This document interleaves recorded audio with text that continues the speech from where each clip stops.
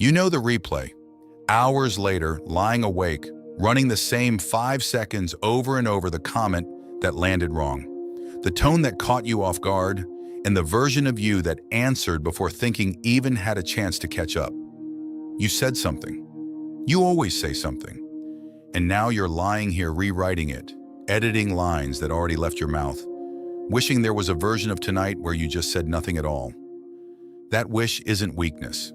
It's the first sign that some part of you already knows the truth nobody's told you, yet the words you regret were never really the problem. The reaction underneath them was, you snap back too fast. The comment lands, and before you've even decided to respond, you're already responding sharp, defensive, out before you could stop it. You explain yourself when you shouldn't have to. A look, a question, a raised eyebrow, and suddenly you're justifying a decision nobody actually challenged, filling silence that was never yours to fill. And you feel drained after every confrontation, not because you lost, but because something about winning that way never quite feels like winning, just exhausted, picked apart, smaller than you were an hour before. Here's what that's actually been costing you. Not just energy, though it costs you that every single time.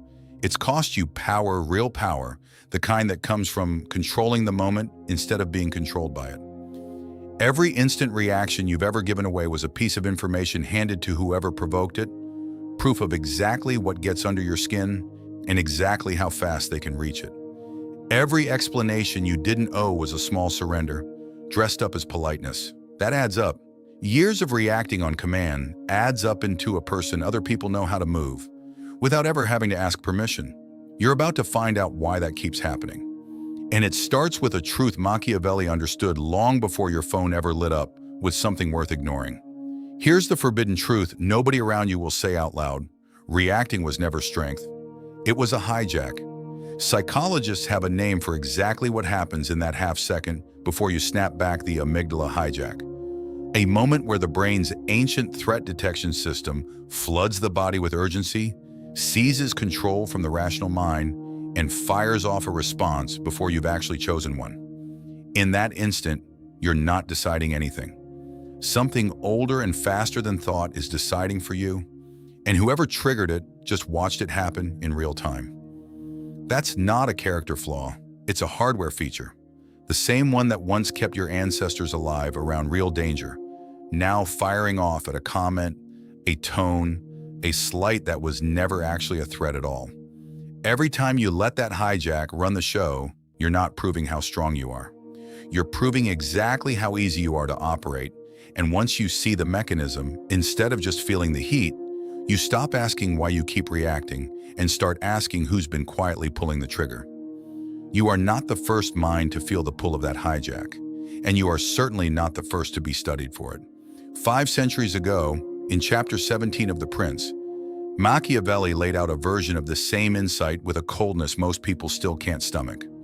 In the spirit of Machiavelli, a ruler who governs from impulse, chasing approval, or reacting to every provocation in the moment, becomes unstable and easy to read, while one who governs through calculated restraint holds power far more securely, because restraint gives away nothing for an enemy to use.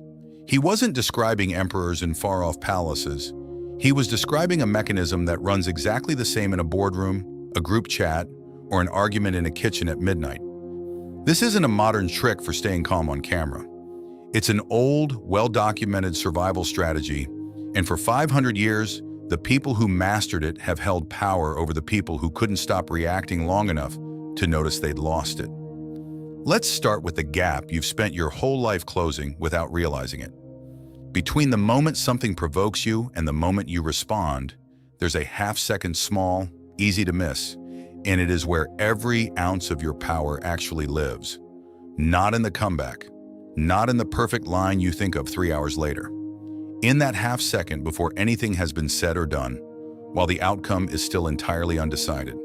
The average person closes that gap instantly, on instinct, because instinct is fast and thinking is slow. And in the heat of the moment, fast always feels like strength. The disciplined mind does something almost nobody trains themselves to do. It stretches that gap on purpose, deliberately, the way a fighter creates distance instead of swinging wild. Not to hesitate out of fear, to choose on purpose instead of reacting on command. Imagine the insult landing exactly the way it's designed, to sharp, sudden, aim to provoke something fast. And instead of firing back, you take one full breath first. Just one. In that single breath, the entire dynamic of the room shifts because everyone watching expected the instant reaction, and instead they got silence, and silence they cannot predict. You haven't hesitated. You've simply refused to hand over the half second that was never theirs to take. Here's the line worth remembering.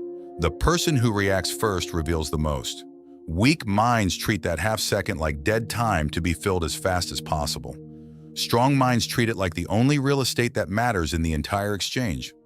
Master that gap, and you're no longer playing the game on anyone else's timeline. Drop "I own the gap" in the comments if you've ever caught yourself taking that one breath before responding. Once you start guarding that half second, you start noticing something that used to work against you constantly the moment you react. You've handed out a map. Psychologists call part of this mechanism reactance theory. The idea that a strong, visible reaction to being pushed doesn't just release pressure, it broadcasts exactly where the pressure worked. Every instant outburst is a signal flare, lighting up precisely which words land, which tones cut deep, which topics are still raw enough to detonate on contact. You didn't mean to hand that over, you handed it over anyway. The average person becomes an open book after just one outburst because people are watching closer than you think, and they remember. One sharp reaction to a comment about your job, your relationship, your past, and now that exact subject sits permanently in someone else's arsenal, ready to be used again whenever they need leverage. The strategic mind refuses to write that book in the first place. It reveals nothing, ever, not because nothing lands, but because what lands stays invisible, filed away where no one else can find it and use it against you later. Imagine someone testing you on purpose, circling closer to something they suspect might sting, watching your face carefully for the flicker that confirms it, and they get nothing. No flinch, no defensive comeback, no subject change that gives the game away. Just steady, unreadable calm and the quiet frustration of someone realizing their map has just gone blank. Here's the line worth keeping. Every reaction is a confession of what still controls you. Weak minds hand out that confession for free, over and over, without ever noticing the pattern. Strong minds make people guess forever. Drop "nothing to find here" in the comments if you've ever gone completely unreadable while someone was clearly fishing for a reaction. There's a third pattern, and it's the one that feels the best in the moment and costs the most afterward. Winning the exchange right now, landing the perfect comeback, getting the room to laugh at your line instead of theirs, it feels like victory. Most of the time, it isn't. It's a withdrawal from an account you don't realize you're spending down, and the balance only becomes visible much later, once the standing you traded for that one clever line is already gone. The average person chases the last word like it's the whole game, because in the moment, having the last word feels like proof that you won. So they reach for it every time, sharper, faster, determined not to let the other person's line be the one that lands. The powerful mind understands something colder. A bad line doesn't need a response to lose its power. It just needs air, and enough silence around it for everyone in the room to notice exactly how little of an effect it actually had. Imagine the insult thrown, sharp and deliberate, clearly built for a reaction, and instead nothing. No comeback, no defense, just a calm, steady stare held a beat too long for comfort. The room doesn't erupt. It goes quiet because everyone present just watched the insult land somewhere with no floor beneath it. And somehow the person who said nothing is the one who looks untouchable.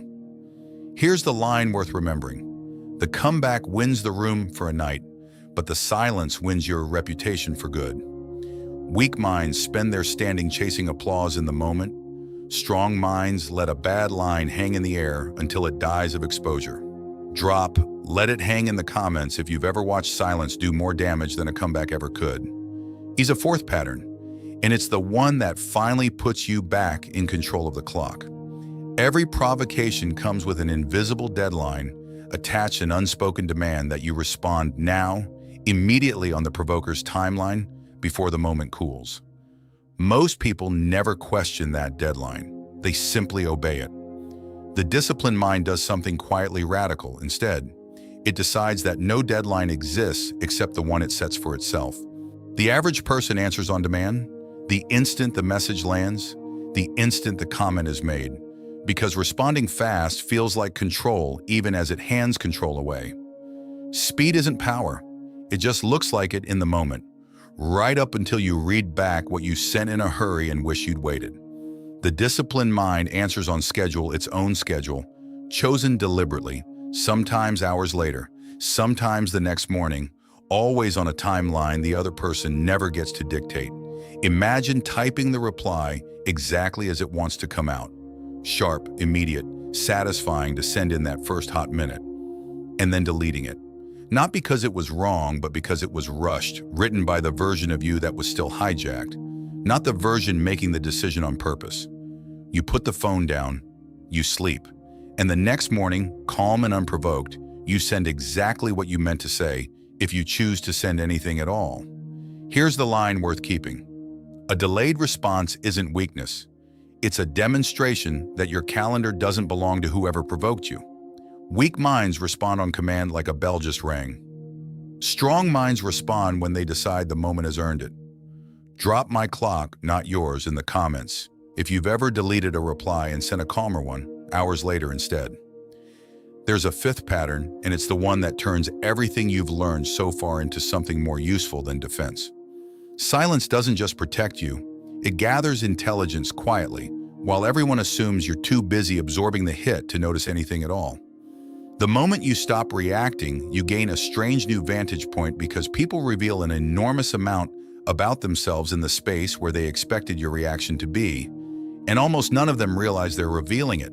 The average person is too busy defending themselves to notice any of this.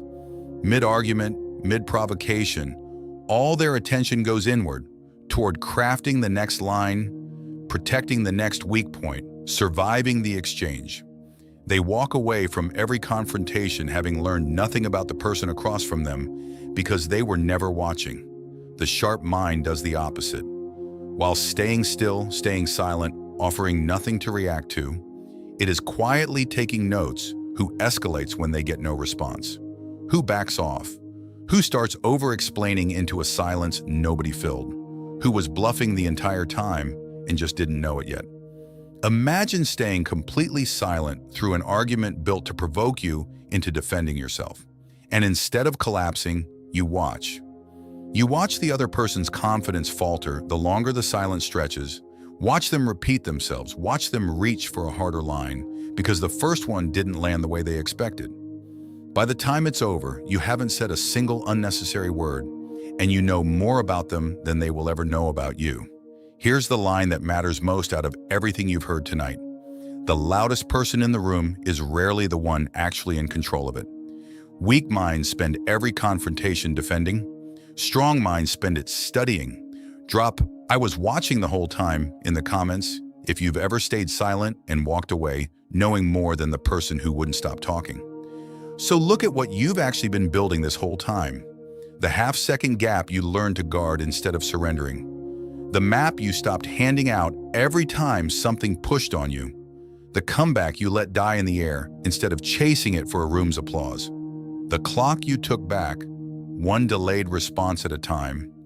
And underneath all four, the fifth skill tying them together, the silence that stopped being defense and became intelligence.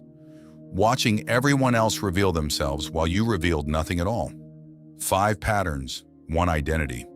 This was never about staying calm for its own sake, some flat, emotionless performance of control.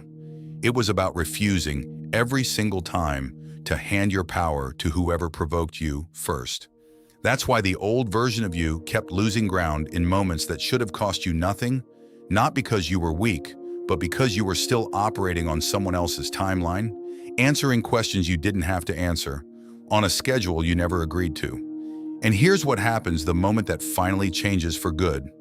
You stop reacting on command and start responding on purpose. You stop handing out your triggers for free and start keeping them unreadable. You stop chasing the last word and start letting silence do the work no comeback ever could. Every exchange becomes a choice again, not a reflex. Weak minds keep discovering, exchange after exchange, that they gave their power away before they even decided to. That's no longer your pattern. You've seen the mechanism now, the way Machiavelli saw it 5 centuries ago, and once you control the gap between provocation and response, no one gets to operate you again. So now you know. 5 principles, and if you're honest with yourself, one of them probably landed harder than the rest, the gap you keep closing too fast, the map you keep handing out for free, the comebacks you keep chasing, the clock you keep letting other people set, or the silence you've never quite learned to sit inside. Comment right now with which one you need most. Name it. Let it sit there in the comments, not as a confession, but as the first move toward taking it back. If this video finally gave you language for a pattern you've felt for years without being able to name it, subscribe to this channel and turn on the bell, because there's more waiting for minds sharp enough to keep guarding that gap. You are never too sensitive. You are never too easily provoked, too quick-tempered, too reactive for your own good. You are just always answering on someone else's timeline, on someone else's schedule, at someone else's command. The moment you take that clock back, no one gets to pull a reaction out of you that you didn't choose to give. You were never too sensitive. You were just always answering on someone else's timeline.